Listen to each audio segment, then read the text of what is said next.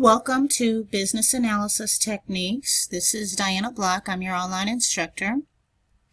And this is a lecture video for week 5. And in week 5, we are talking about linear programming.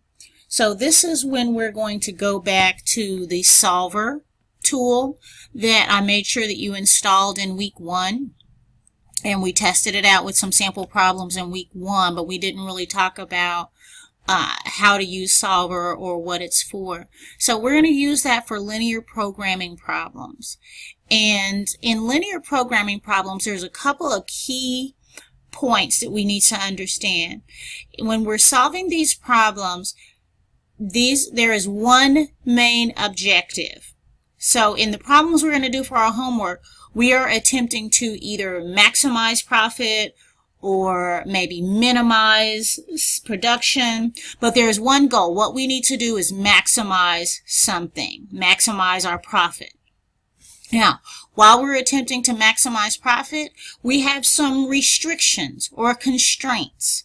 So we can see how this can be easily applied to like a manufacturing environment or production environment. We have an objective to get out as much as we can as far as profits, but we have some constraints that we have to follow.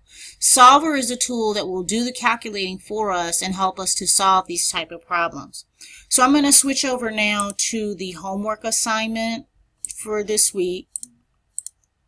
And we're going to take a look at that. And I'm not going to look at the whole thing because there are some other videos in the additional resources area. Solver 1 and Solver 2 videos there. And they actually walk you through problems that are very, very similar to the 3 problems on your homework.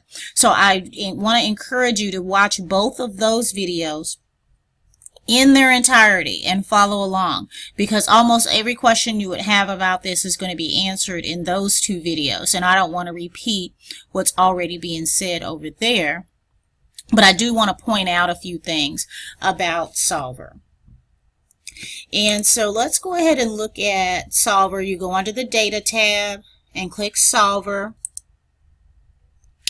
and we get this box that's going to pop up. And so the first box we see here is the set objective. So this is the objective that we're trying to set. So what we're going to put in that box there is the field in our spreadsheet that contains the information that we're trying to maximize or minimize. So, for example, and I don't have this filled out yet, but in this first problem, let me go back to it, and this is the third problem. Our objective function is to maximize profit. So we're going to end up putting a formula in this box that will calculate profit for us. And so once we have our profit formula in here, then when we go to solver and it says set objective, it's going to be that cell. It's going to be cell I5. And so we're going to say set that cell. That's my objective. And then you'll have to click one of these radio buttons that is either maximum, minimum, or to a specific value. So if you want to just maximize that field, which it will be profit, then you just click maximize. Or you could say minimize profit, or set profit to a specific value. So we're going to end up using maximize. And then by changing variable cells. So what goes here is the cells that we're going to shift around or change the amounts of in order to maximize that profit. So let's look at this again. What we're trying to determine in these problems is how many units of product do we produce so that profit is maximized. These products have different amounts of profit per item, but they also require different amounts of time. So we want to make the best use of our time so that we get the maximum profits out of these 2 products. So we want to juggle with the combination of how many of one product and how many of the other will maximize our profit considering the amount of time that they take. So the units to produce in this problem is what we will enter in the field in solver that says by changing variable cells. Our variable cells are the units to produce. And so then subject to constraints.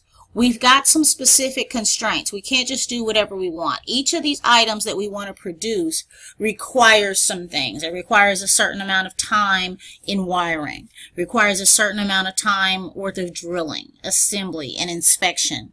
So we have to live within those constraints. For every unit of a certain product that we make, we have to follow all the constraints. So what we'll do is add constraints here. So before you can do this, you will have to have added your constraints in, which I've kind of started here. You see we've got wiring, and I've got all the constraints listed here. We need a certain amount of time for wiring, drilling, assembly, and inspection for each of these products. So the wiring time is over here. For each unit of XLJ, it takes a half hour of wiring time. So we were going to take the amount of wiring time needed per unit times the number of units that we're going to produce, which we don't know how many yet, but it's going to be in that field. So we've got our wiring time. Then we want to find out our wiring time for this TRN product, and that information is here, times the number of units we produce. So that will end up telling us how much wiring time is needed for the number of units of TRN that we produce. So we need total wiring time though. So what we're going to do is sum those. So when we add the wiring times together, our total amount of wiring time has to be less than or equal to 15,000, because that's the information over here. So we've got this set up, we've got our spreadsheet ready to go, so that when we get numbers in here in the units to produce, it'll calculate how much wiring time is needed, and then we'll total the wiring time, and that needs to be less than 15,000. So that means when we go to, and we're going to repeat that process for drilling, assembly, and inspection. So we want to have a formula in each of these that's going to multiply the time required for that function times the number of units, and then we want to sum each of these functions, sum the hours spent on each of these functions, and we're going to put in the constraint that it needs to be less than these amounts over here. So just what I did with this line, you're going to repeat that process with the rest of these requirements. Okay, so let's imagine you have that done. Once you have that done and you're in Solver and you're going to enter the constraints, you're going to literally add each one.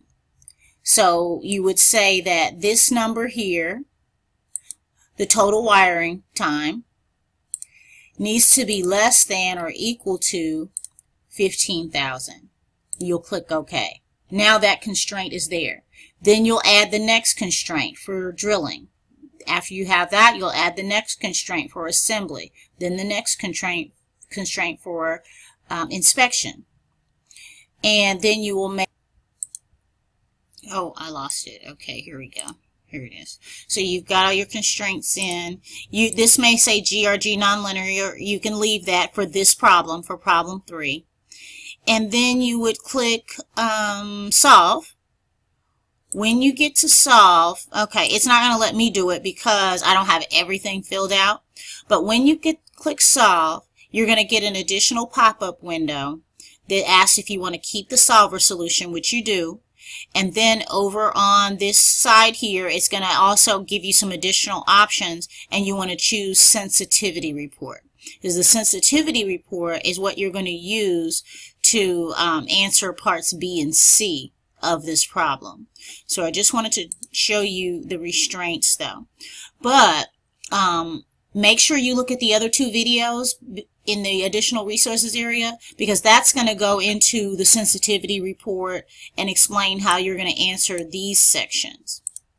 And also it's going to give you the basics that I didn't cover in here about what to enter, how to enter your formula using some product to enter your profit formulas.